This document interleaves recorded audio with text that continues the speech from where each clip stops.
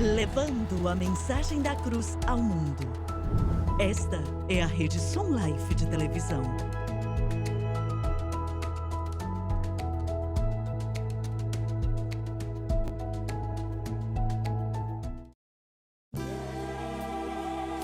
Bem-vindo a um estudo na palavra, uma série de estudos bíblicos focalizados na cruz de Cristo.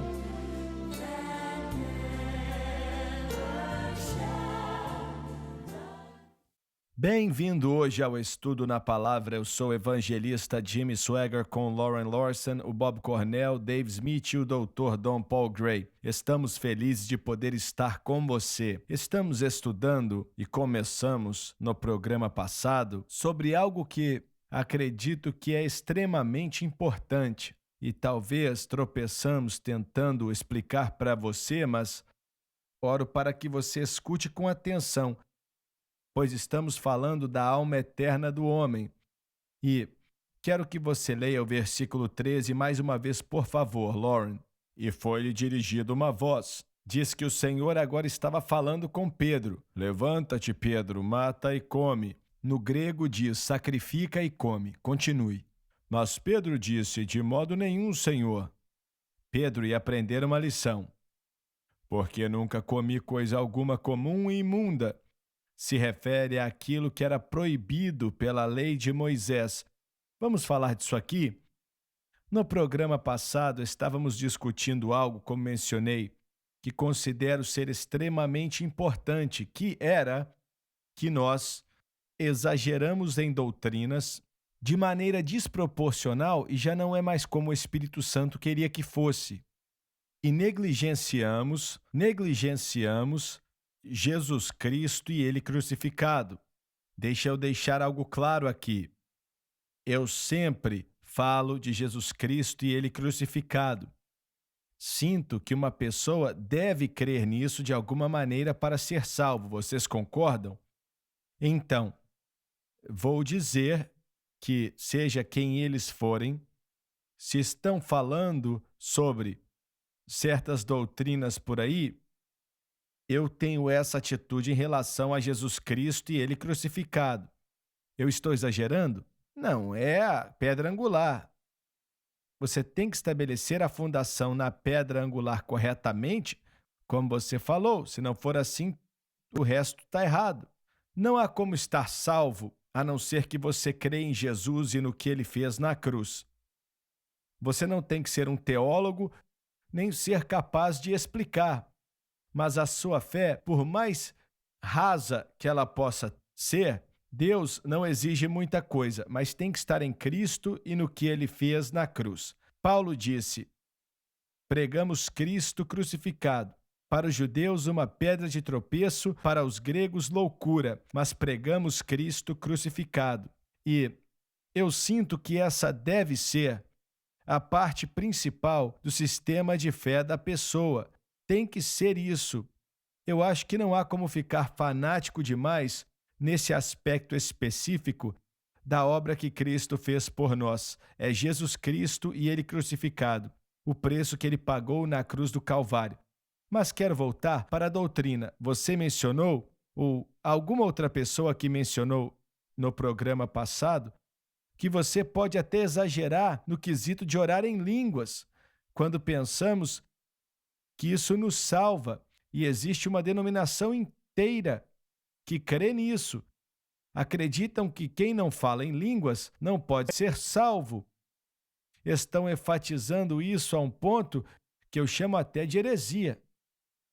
E o que vocês acham? Agora, eu sei que aquelas pessoas estão salvas, sei que estão e amam a Deus, mas a ênfase deles não está em Jesus Cristo e Ele crucificado. Está em orar em línguas, no batismo nas águas e aquela fórmula sobre o que o pregador diz quando a pessoa é batizada. Pode falar, essa é a verdade em relação à visão deles para a salvação. Essas três coisas devem acontecer. A pessoa tem que ser salva pela graça, como eles ensinam, e ser batizada somente no nome de Jesus e orar em línguas. Sem isso não se tem salvação. Mas isso aí é uma salvação através de obras.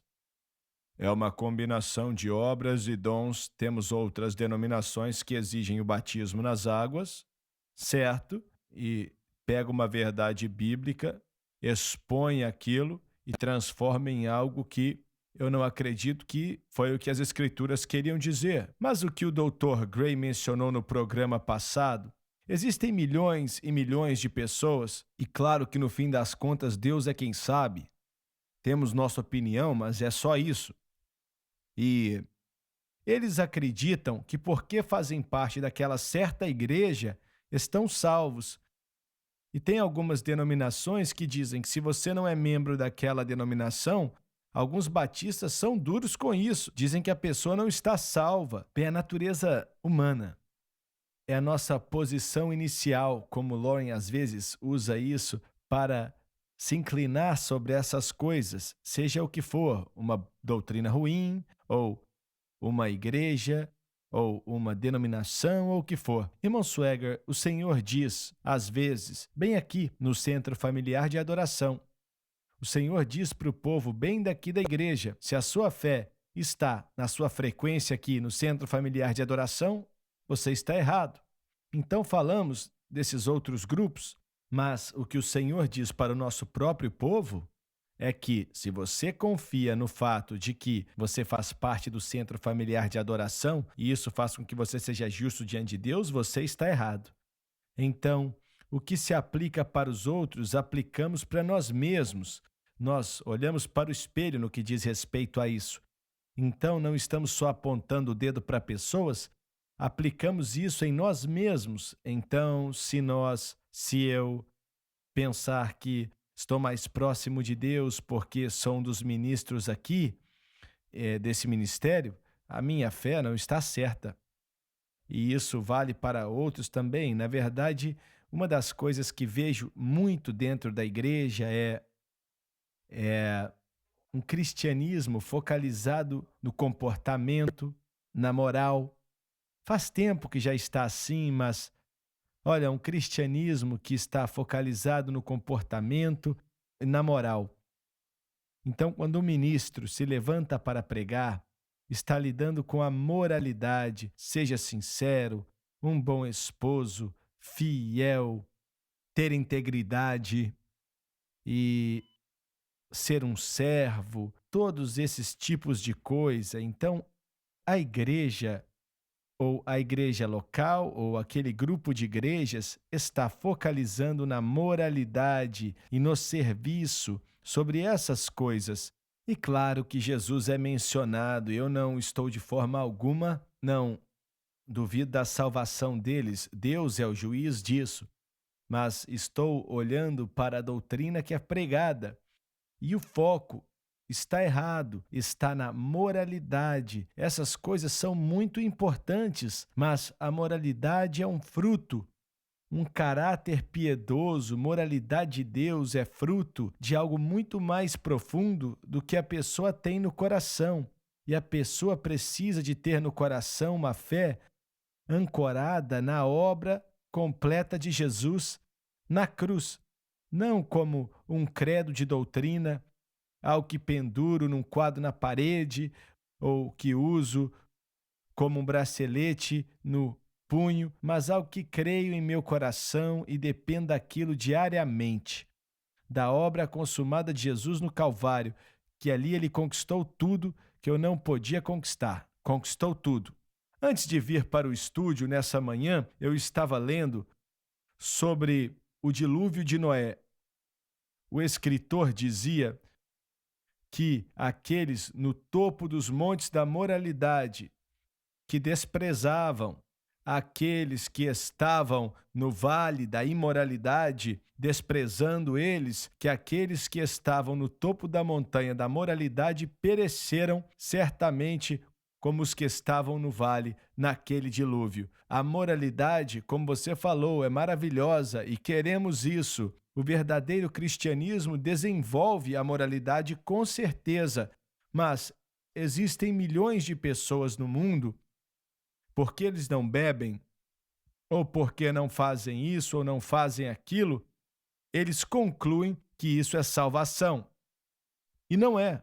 Não é. Então é difícil para eles entender o fato de que o bom homem que não conhece a Jesus Cristo vai morrer e ir para o inferno, tanto quanto o libertino vai, e que está afogando na imoralidade e por aí vai.